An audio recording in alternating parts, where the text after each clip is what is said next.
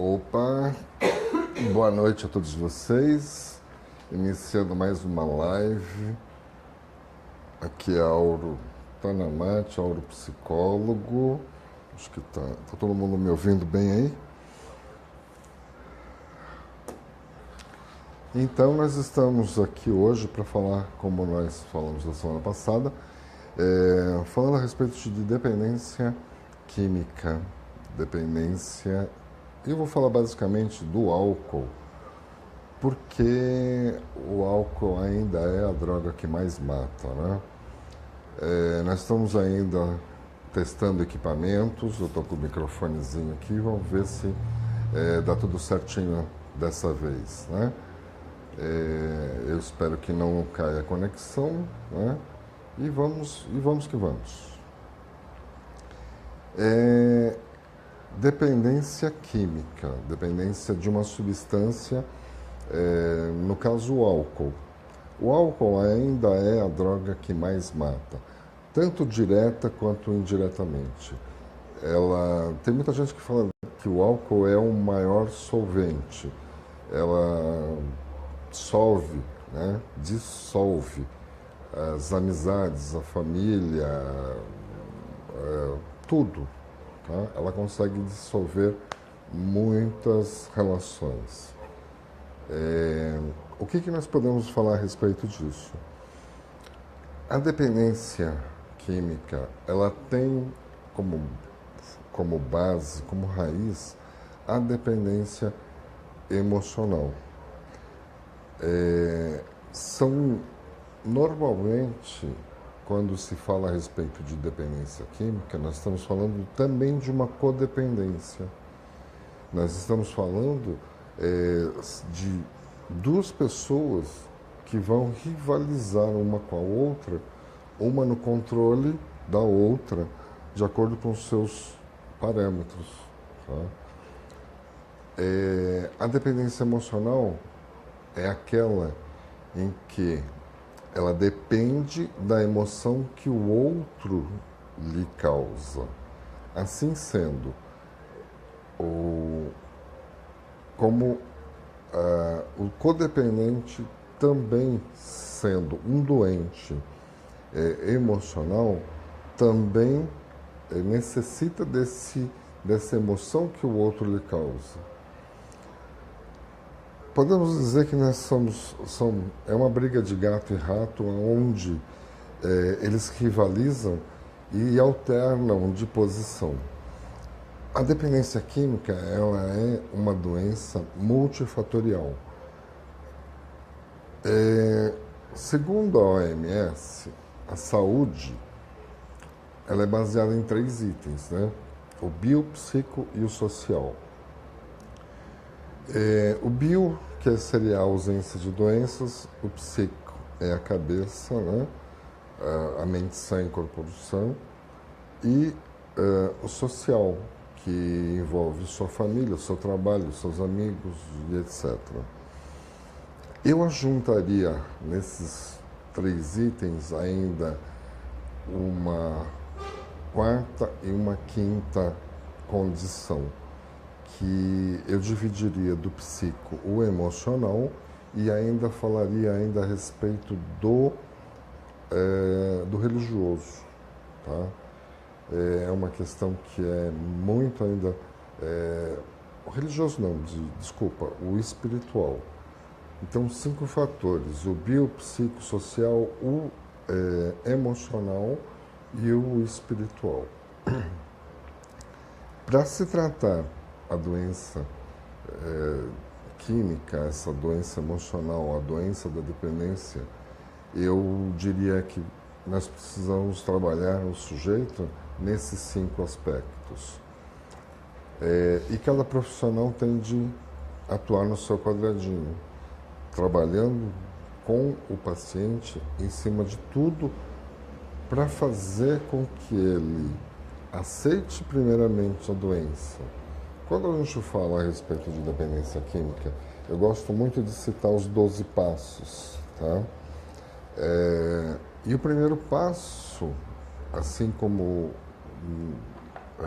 todos os as situações dos anônimos, os alcoólicos anônimos, os narcóticos anônimos, os MADAs, o primeiro passo é admitir que você é impotente perante a sua adicção, seja ela de álcool, seja ela de droga, seja ela de sexo, de jogo, de qualquer outra compulsão.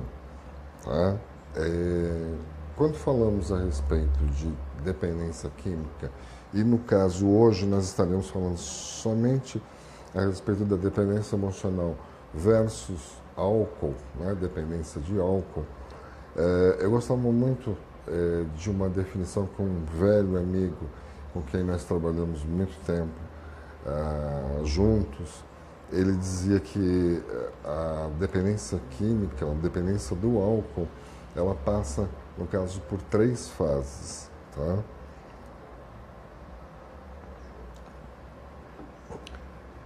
A primeira fase do dependente de álcool, ela é a fase do macaco. É o sujeito que, quando bebe, ele fica alegre, ele é convidado para todas as festas, ele é a alegria da festa. Não se pode fazer uma festa sem convidar o fulano, porque quando ele bebe, ele brinca, ele diverte as pessoas, ele faz piada. É a alegria da festa. Tá? Então, ele consegue, através da ingestão do álcool, se tornar divertido, mas ainda assim escondendo uma dependência emocional. Em cima disso, ele está simplesmente afundando essa dependência em cima do álcool. Então, ele mascara tomando 1, 2, 3, e ele faz piada, ele consegue divertir e alegrar as pessoas. A segunda fase é a fase do leão.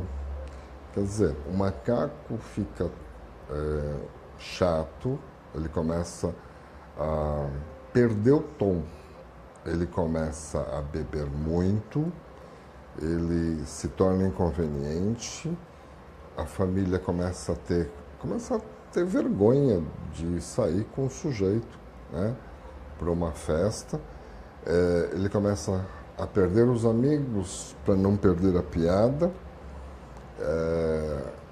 começa a mexer com as mulheres dos amigos, começa a ofender os amigos, né, de uma maneira mais inconveniente, e ele já não é mais tão convidado nas festas como ele era antigamente.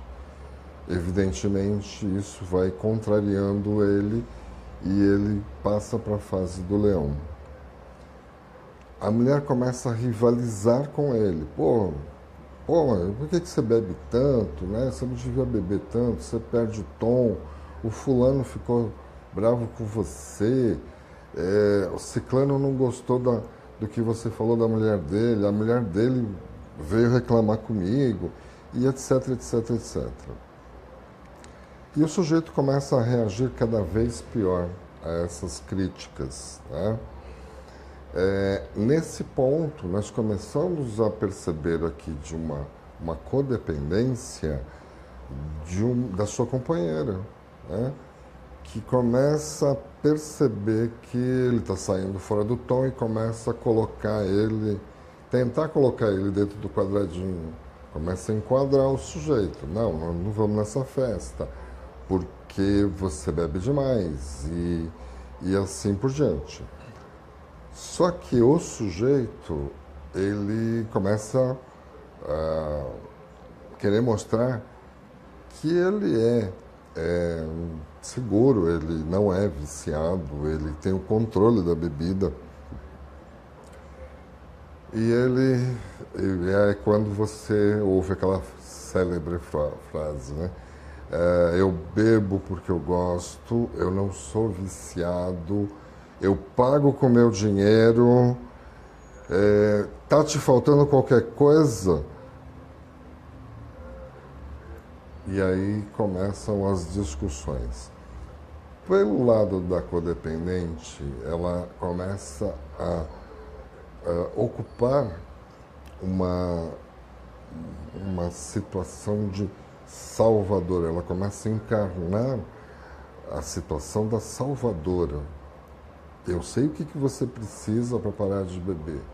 Então, eles começam a rivalizar. E quanto mais ela rivaliza, mais o leão reage, né? Brigando com todo mundo, gritando dentro de casa e etc, etc, etc. O que acontece nessa situação? Ele vai ficando cada vez mais bravo, ele vai cada vez... Acho que voltou. Voltou. É o Wi-Fi que caiu. Bom, agora eu desativei o Wi-Fi, acho que agora dá pra gente continuar bem. Estava demorando para cair. Então, o que essa situação que eu estava falando a respeito do leão e a respeito da salvadora? A salvadora vai tentando de todas as formas evitar que o leão continue bebendo, continue dando esses shows, né? Fazendo essas cenas e etc, etc, etc. Tanto mais ele vai continuar bebendo, quanto mais a salvadora continuar tentando salvar. Ronaldo, obrigado, obrigado pela audiência. Então, o que nós podemos concluir aí? Ainda não podemos concluir, porque ainda existem outras fases. O leão continua bebendo, ele já não consegue mais achar o buraco da fechadura. Tá? Ele, na rua, ele tropeça, ele cai. Você reconhece um leão já saindo da fase do leão, porque ele começa a machucar nariz, queixo, cotovelo. Ele aparece sempre com um ralado, né? Nessas áreas aqui. Joelho, sem dúvida, tá? Já vai virando um casco de cavalo. Quanto mais a salvadora tenta salvar esse leão, mais bravo esse leão fica. Porque ele não é viciado, ele não é dependente. Tá? A mordida de cachorro. O cachorro começa a lamber a boca realmente dos leões que caem pela rua, certo? Então, ele começa a mudança de fase. Quanto mais bravo ele fica, mais ele bebe e menos ele consegue acertar o buraco da fechadura, mais ele cai, mais ele mete o pé na porta para abrir porque ele não consegue mais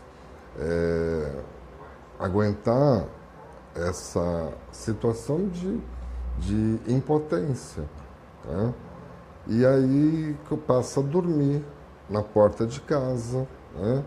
Ele entra dentro de casa, ele já não vai mais sentar no sofá, ele vai sentar no chão, ele passa a não frequentar mais o leito da família, né, da esposa, passa a dormir no tapetinho do cachorro, e essa é a fase do porco. E quanto mais ele bebe, mais a salvadora tenta salvá-lo.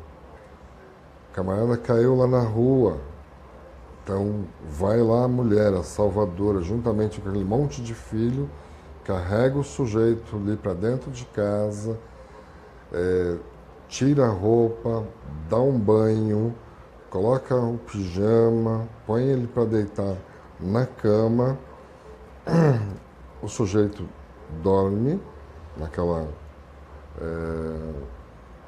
naquela situação caótica, acorda, no dia seguinte a esposa fala, viu que papelão que você fez? Você caiu bêbado lá e tal. E ele vai falar, não, mas você tá louco, olha só como é que eu tô vestido aqui, olha só, eu tô, né, tô bonitão aqui, tô inteiro. E continua se agravando. Quanto mais ele bebe, mais ele se afunda nessa fase do porco. A salvadora, tá, continua ali, rivalizando com esses três animais, com o macaco, com o leão, com o porco, e vai salvando. Eu sei o que você precisa fazer para você parar de beber. Ele começa a procurar as bebidas em todos os lugares, né? Debaixo do sofá, em cima do lustre, atrás dos quadros, né? Atrás dos livros, e vai descobrindo esconderijos, tá? E quanto mais a salvadora vai tirando esses esconderijos dele, mais ele vai migrando para outro tipo de esconderijos e outro tipo de bebidas até. Ele pode passar a tomar perfume, a tomar desodorante, tá? Álcool de limpeza, todo tipo de álcool que ele encontra na casa, ele pode fazer uso. Tá? Recentemente eu ouvi a novela onde a Glória Pires interpretou uma alcoólatra e aquilo foi bastante suave diante do quadro que a gente normalmente encontra na vida real. A situação do alcoolismo, ela é muito pior do que aquilo. Aquilo foi muito suave, muito sucinto. Essas fases, elas costumam demorar séculos, anos, é muito tempo. E a salvadora ali, presente, sempre tentando salvar o dependente. Quanto mais ela tenta salvar, mais o porco ou o leão, ele procura se esquivar. Chega uma hora que ela não aguenta mais, né? Ela passa de salvadora para magoada. E o discurso muda, né? Poxa, eu faço tudo por você, eu sofro aqui as piores humilhações, eu salvo você da bebida, olha os nossos filhos como estão, né? Eles têm medo de você, eles têm isso, têm aquilo, tá? Eu estou largando mão de você. Tá? O sujeito dá uma recuperada, né? Mas ele recai. Tá? Dá uma recuperada, mas recai. E a magoada naquela situação. Poxa, eu estou desperdiçando a minha vida ao seu lado. Eu estou fazendo tudo para você se recuperar. Eu quero que te vê muito bem. E etc, etc, etc. Naquele discurso de magoada.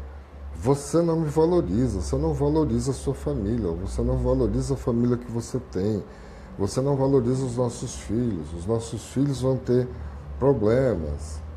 E ele vai dar uma recuperada e dar uma recaída, tá? Chega aquele momento em que a codependente fala assim, olha, quer saber?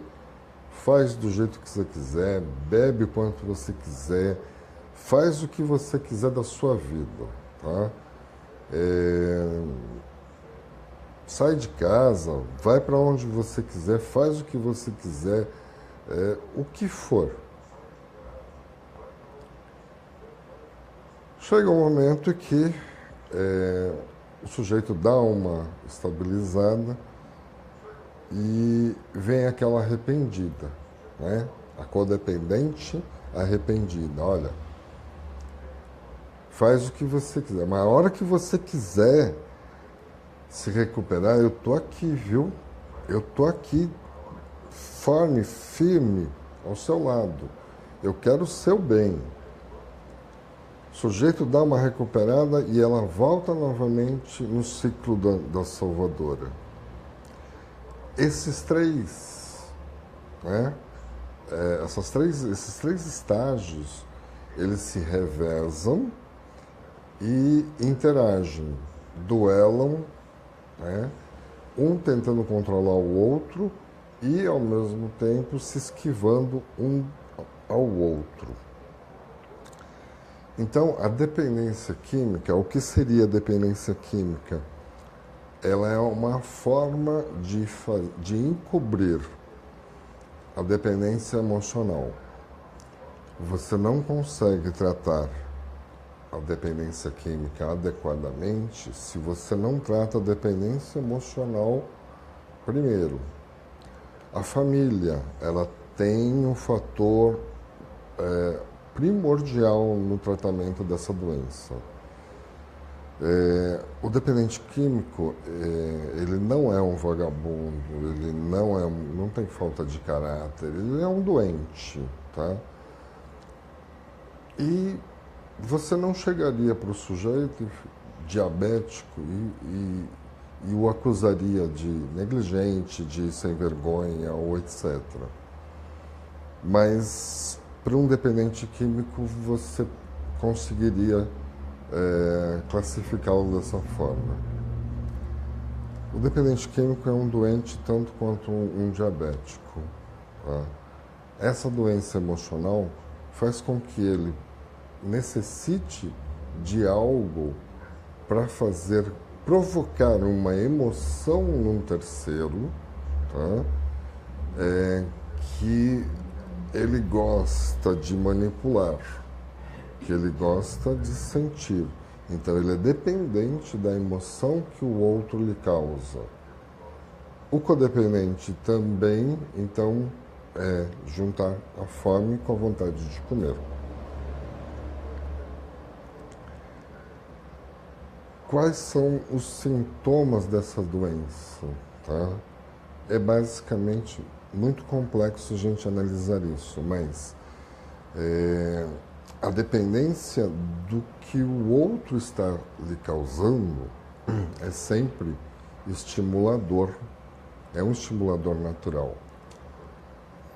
A questão de você burlar a vigilância do outro se torna um incentivo a mais para ele continuar bebendo, para ele continuar fazendo aquilo que ele faz. É gostoso manter essa atenção do outro, no caso o do codependente.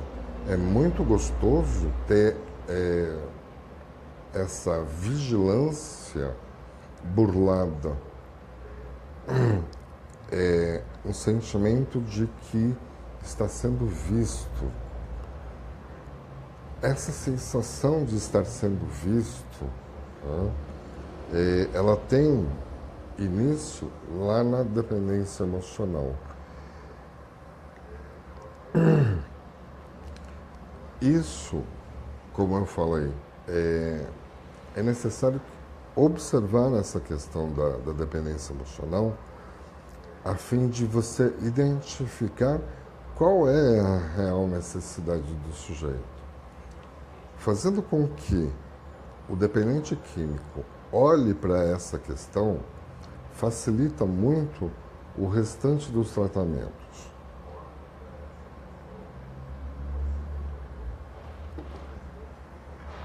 Você internar um sujeito dentro de uma clínica somente para fazer a desintoxicação não resolve.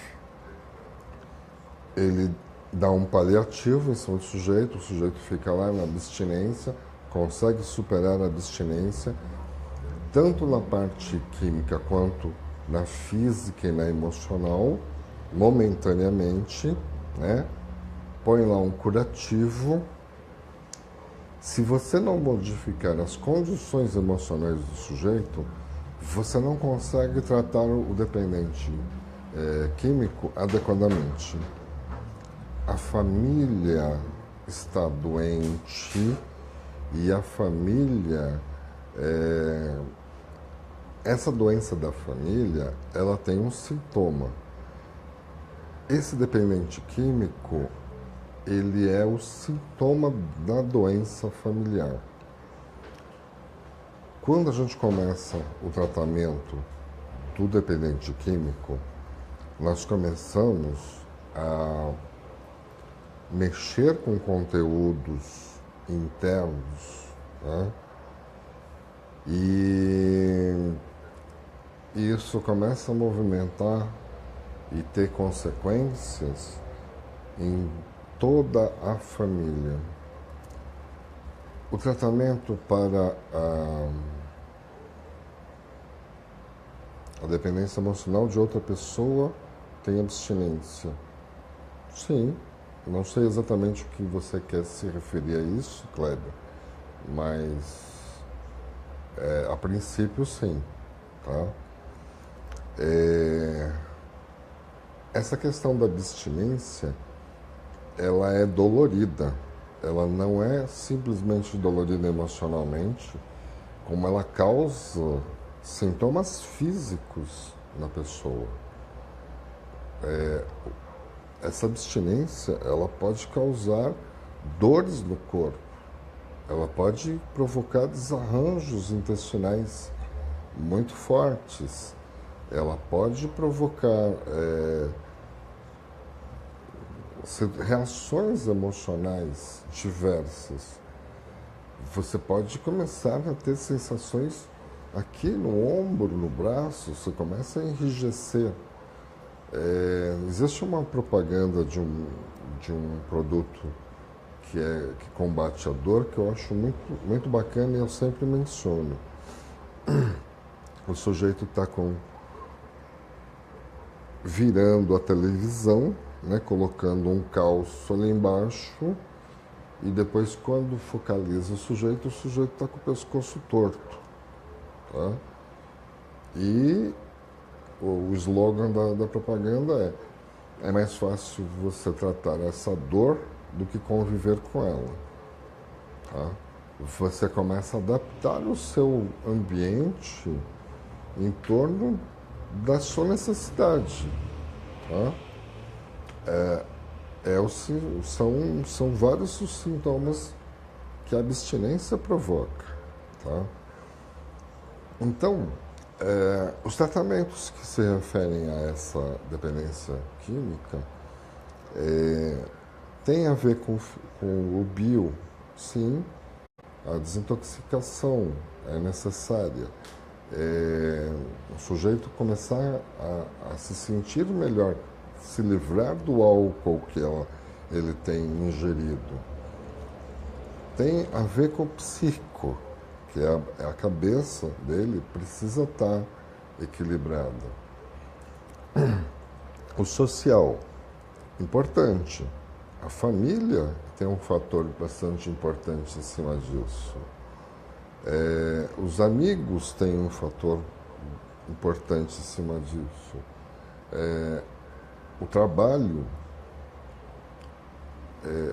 a escola, todo o contexto social da pessoa tem muita importância em cima disso. Como eu disse, eu acrescento ao biopsicossocial ainda o emocional, no caso da dependência emocional, tá? Descobrir o porquê que ele necessita da emoção do outro. Vamos lá, Kleber, boa noite. Saí de uma relação tóxica e sofro essa abstinência, stalkeando na rede, mas não a procurei mais. Tem um prazo para passar isso? O prazo é você olhar para isso. Qual é o problema que faz com que você se ligue a essa dependência emocional. O prazo é você quem estabelece. Quando você, primeiramente, admitir que tem o problema, tá? E olhar para esse problema, começa, não vou dizer essa cura, esse tratamento em cima dessa dependência emocional. Retornando então aos 5 pilares, tá? O espiritual. E o espiritual não é, como eu disse anteriormente, não é religião, é o espiritual. É você admitir que você tem esse problema e olhar para isso legando a um poder superior. Aí eu volto novamente nos 12 passos, eu cito novamente os 12 passos dos anônimos. Você lega ao poder superior o seu tratamento. Não vamos dizer cura, mas porque a dependência emocional ela não tem cura, assim como a dependência química também não tem cura. É um tratamento que você tem de fazer todos os dias. Então, é o só por hoje, tá? Que tem de ser o seu lema. É só por hoje não vou consumir. É só por hoje que eu não vou depender da emoção que o outro me causa. Mas, quando você trata a dependência emocional, esses comportamentos disfuncionais diminuem bastante, porque você começa a entender o mecanismo que te levou a utilizar-se do álcool para se anestesiar, ou utilizar o álcool como forma de você cutucar o outro, provocando uma emoção da qual você necessita.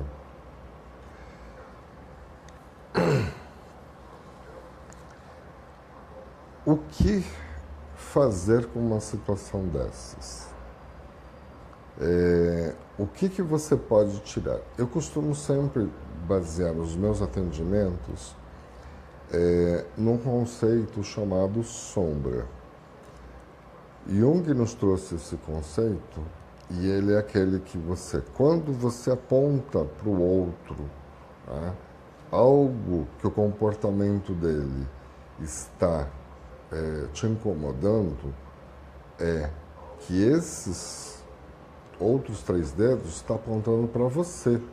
Então você tem algo em relação a essa pessoa que você está condenando.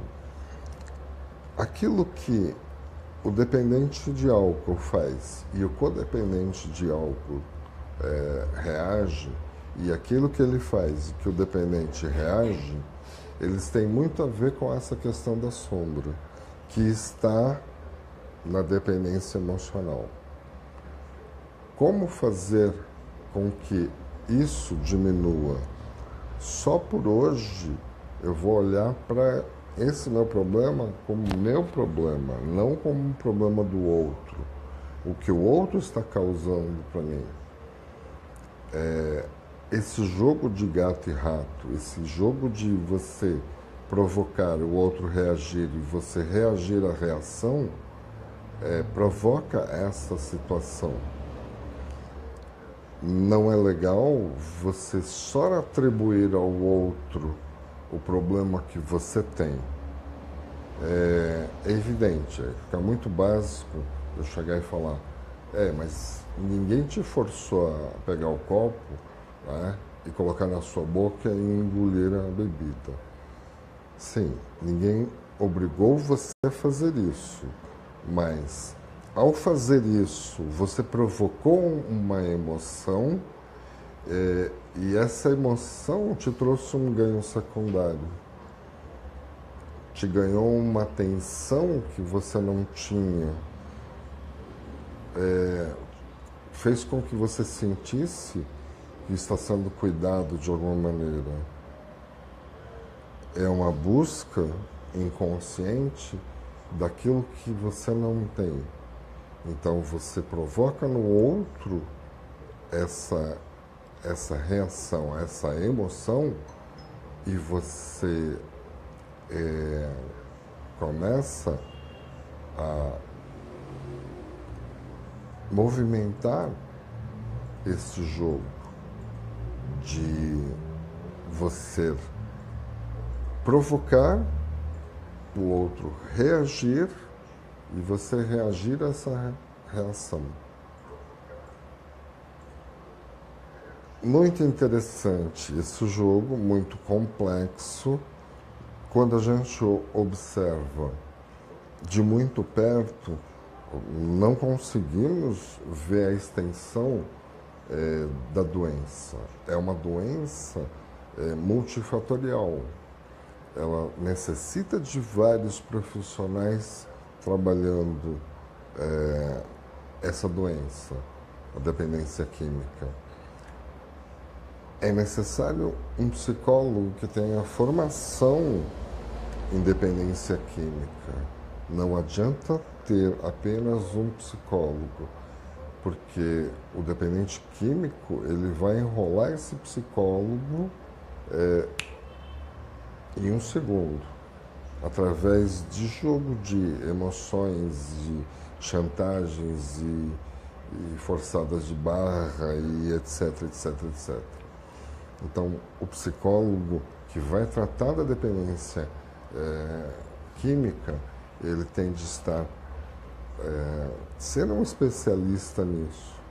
Né? Tem de se procurar um psicólogo certo para tratar da doença certa. Não só isso, tá? É necessário procurar também um psicólogo que entenda sistematicamente do que acontece na família. Porque, como eu falei, a família está doente e o sintoma da doença da família é o dependente. Ele está puxando para ele os sintomas da doença dessa família. Então, a Giovana está mandando uma pergunta aqui. Então, o dependente emocional deve ter o mesmo tratamento do dependente químico? Emocionalmente, sim. Não é uma doença multifatorial no sentido de desintoxicar o dependente emocional. Ele não vai precisar ficar internado numa clínica para desintoxicação, mas ele vai precisar de um psicólogo que tenha a noção sistêmica do que acontece nessa família. Porque o dependente emocional, sendo dependente da emoção que o outro lhe provoca, ele pode estar usando diversas pessoas da família, tá, para ser dependente. Então ele manipula a mãe, ele manipula o pai, manipula o irmão, manipula o filho e assim por diante. Tá? Nessas situações em que acontece, de repente, a depressão.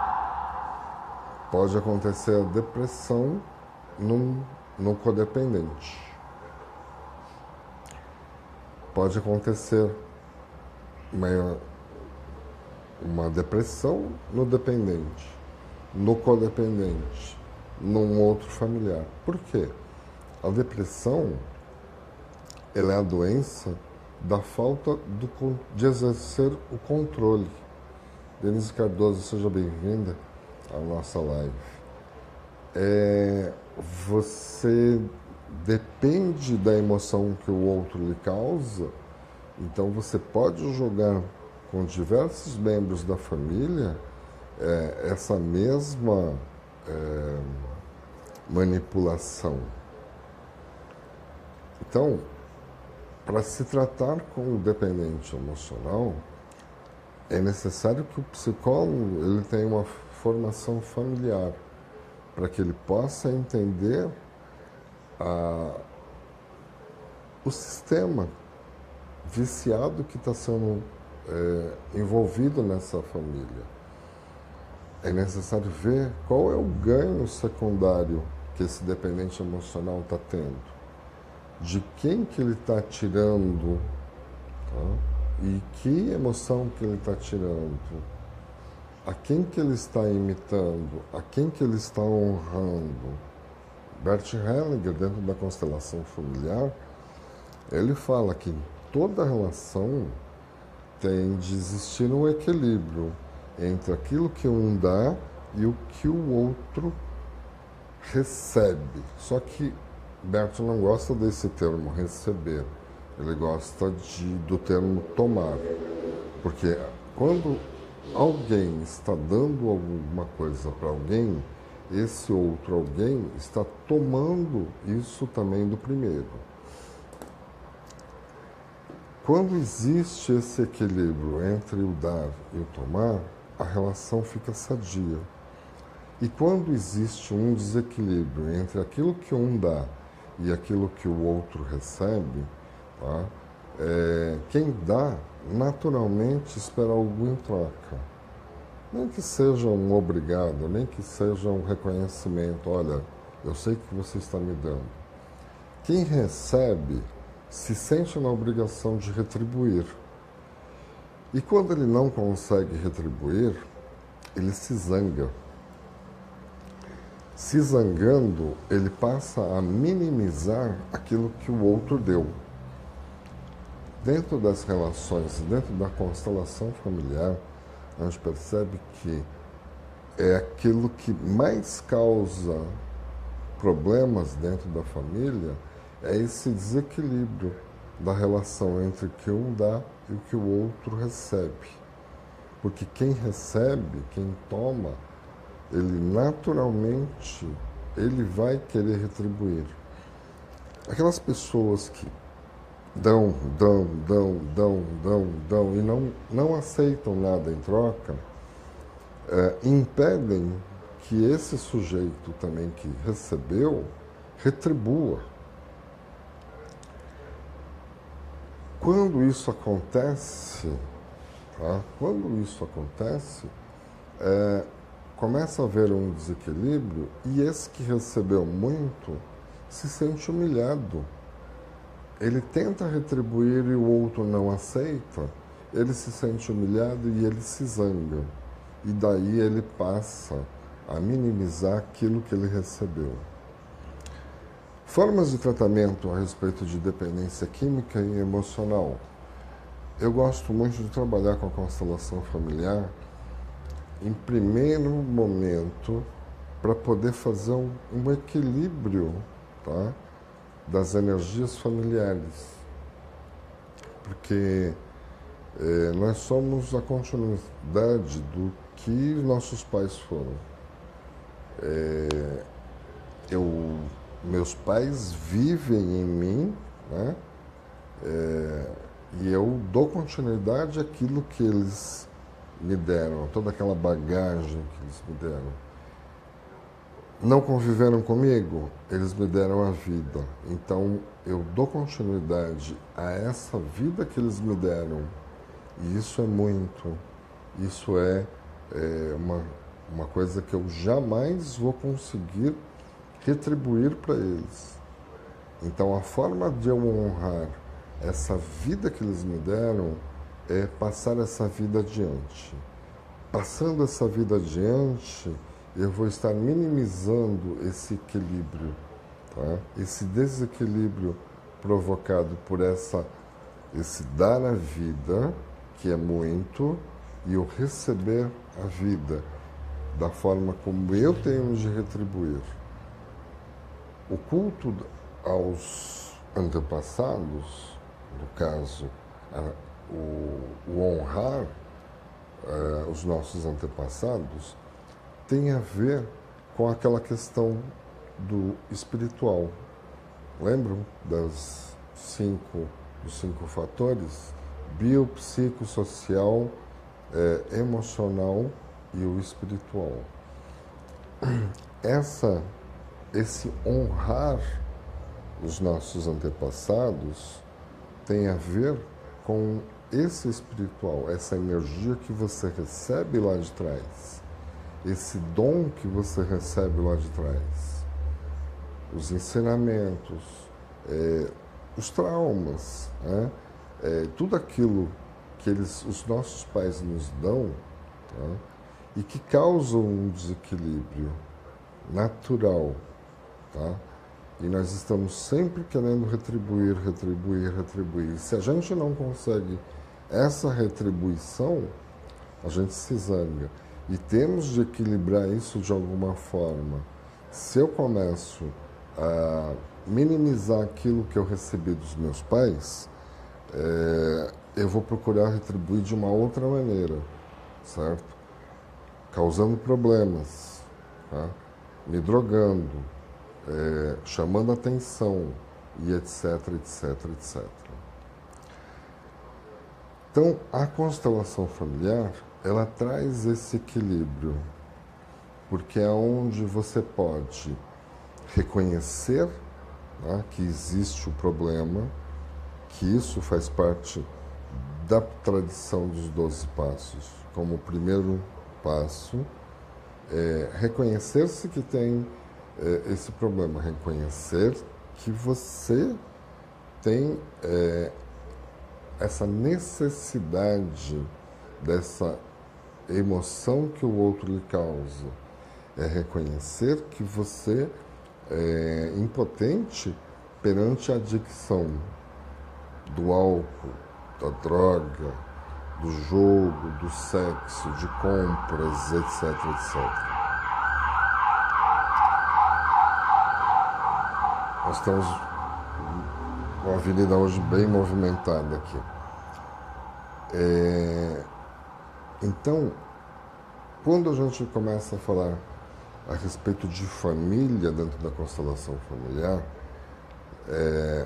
normalmente o cliente ou o paciente, ele começa a perceber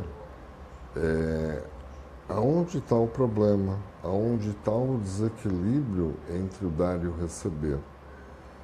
E muitas vezes aquilo que ele tomou para ele, tá, era indevido. Era uma situação em que ele queria salvar o pai ou ele queria salvar a mãe e ele trouxe para ele essa bagagem e colocou aqui nas costas. Não consegue carregar, porque isso é coisa de gente grande, isso é coisa de pais e não de filhos. Fica pesado para o sujeito. E como resolver essa situação? Tá? Resolvendo através do álcool, resolvendo através das drogas, chamando a atenção de uma forma sem saber se ele vai conseguir carregar essa situação que ele mesmo puxou para ele. Outras formas de tratamento, tá? As mais tradicionais, vocês já sabem, clínica, etc, etc. Uma forma de tratamento emocional que eu estou acostumando a usar e que tenho utilizado com bastante precisão é a hipnose. Conduzir o sujeito, tá, em hipnose nos revela muitas situações de quebra e que provocam essa dependência. Eu já falei daqui da menina do banheiro, já falei de umas outras situações, e tudo isso, tá, tem muito a ver com o desenvolvimento humano. Enquanto as pessoas estão deixando os valores tradicionais, né, para trás, eles vão se tornando cada vez mais perdidos. Não é só a escola que está ruim, tá? Os alunos também estão ruins.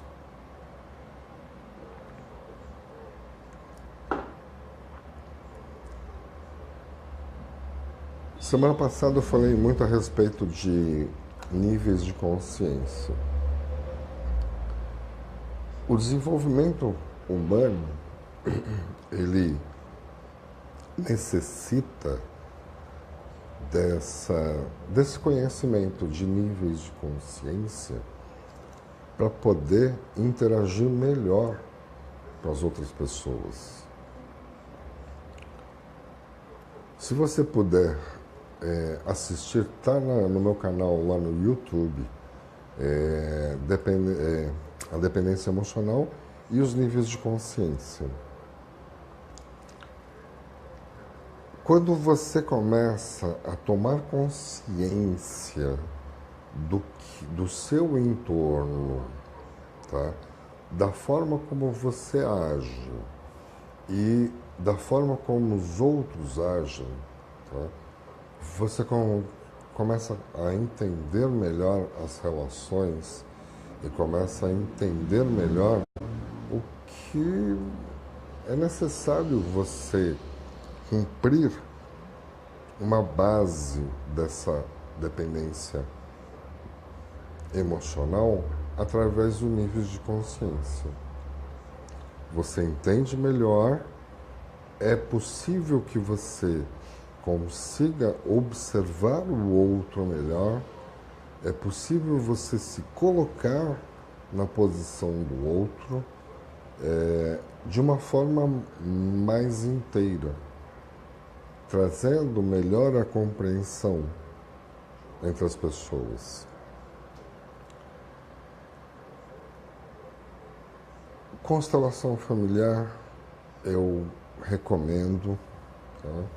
Para que todo mundo participe, todo mundo trabalhe um pouco o seu interior e a sua relação familiar. Eu costumo sempre desmistificar a constelação familiar, porque muita gente acha que é uma prática espírita, não é? Onde espíritos deveriam manifestar-se nas pessoas. E aí você ter aquelas reações mais diversas, pessoas olharem uma para as outras e começarem a chorar, ou sentirem raiva, ou sentirem incômodo, etc, etc. De certo que não é uma manifestação espiritual nesse sentido, de um espírito manifestar-se em cima da pessoa, do participante da constelação. Mas é evidente que a espiritualidade está presente, certo? Todo o trabalho deve ser feito visando a melhoria e visando as melhores relações. Hipnose é caso a caso. Tem pessoas que se deixam entrar mais fácil, tem outras pessoas que não deixam entrar. Mas, normalmente, se ela quiser, a gente consegue conduzi-las num estado de hipnose e aí tratar melhor essa dependência emocional e, consequentemente, mais fácil de tratar a dependência emocional, a dependência química, perdão. É importante o sujeito começar a olhar para si.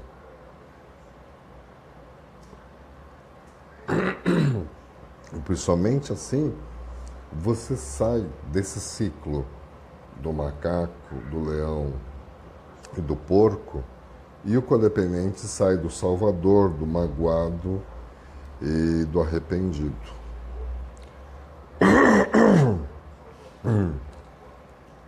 Nós estamos chegando mais ao fim de mais uma live. Espero que vocês tenham gostado. Gostaria que vocês visitassem lá o meu canal no YouTube, onde esses vídeos estão sendo postados. Semana que vem ainda vou falar mais um pouquinho a respeito desse tema de dependência química, tá? e mais associado também aos níveis de consciência e falando um pouco mais a respeito de tudo. Érica, namastê. Obrigado pela presença de todos, pela audiência. Tá? Então, semana que vem eu espero todo mundo aí de novo para a gente bater um papo aí. O rapaz que me fez a pergunta, se quiser me contatar em inbox, tá? Você pode me chamar no Face e aí a gente pode conversar um pouco mais.